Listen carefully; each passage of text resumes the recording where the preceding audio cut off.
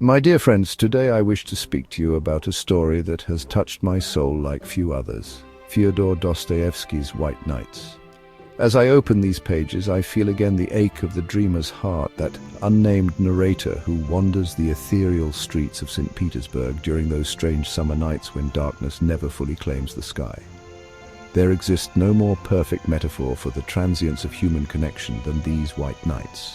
Beautiful, magical, but ultimately fleeting. The protagonist of our tale is a man who lives not in the world of reality, but in the realm of dreams. He has spent years wandering the streets of St. Petersburg alone, constructing elaborate fantasies to escape his crushing loneliness. Can you imagine, my friends, the weight of such isolation?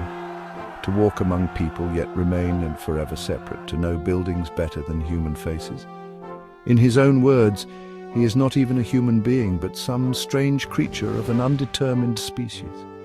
This man has never known true connection until fate intervenes on one magical night. During one of his solitary walks, our dreamer encounters a young woman weeping by a canal. This is Nastenka, beautiful, vulnerable, and carrying her own burden of loneliness. Over 4 consecutive nights, their souls connect in a way neither has experienced before. The dreamer feels himself awakening to real life for the first time. I can feel his heart racing as he discovers the intoxication of genuine human connection after years of solitary fantasy. Each night becomes a universe unto itself, filled with confessions, hopes, and growing affection. Nastenka shares her story, how she lives with her blind grandmother, how she met a young lodger who kindled feelings in her heart, and how this man promised to return in a year's time but has failed to appear.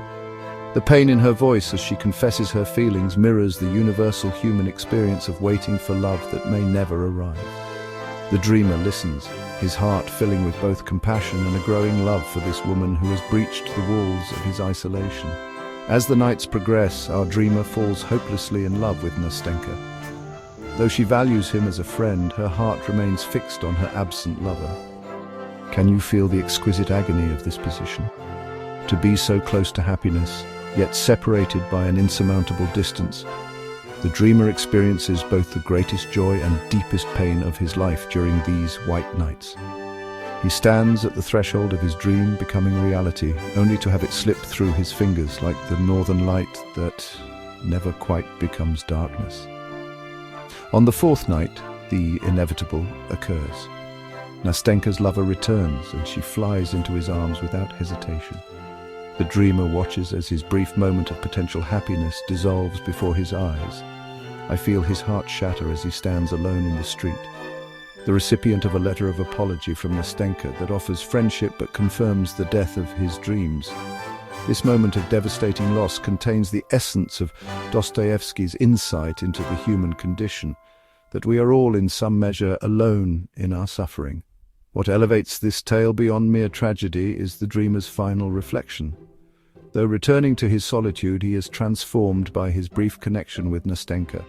My God, a whole moment of happiness. Is that too little for the whole of a man's life? In this profound question lies Dostoevsky's greatest wisdom, that even fleeting joy can illuminate a lifetime of darkness. The dreamer returns to his isolation, but carries with him the memory of genuine connection. My friends, this is the genius of Dostoevsky, to show us that in our most painful moments we discover our most profound humanity. Like the white nights themselves, happiness may be fleeting, but its brilliance leaves an imprint that even darkness cannot erase. In our modern world of constant connection, the dreamer's isolation and brief joy remind us of the precious fragility of genuine human bonds. Have you not felt at times that same yearning for connection that transcends the ordinary?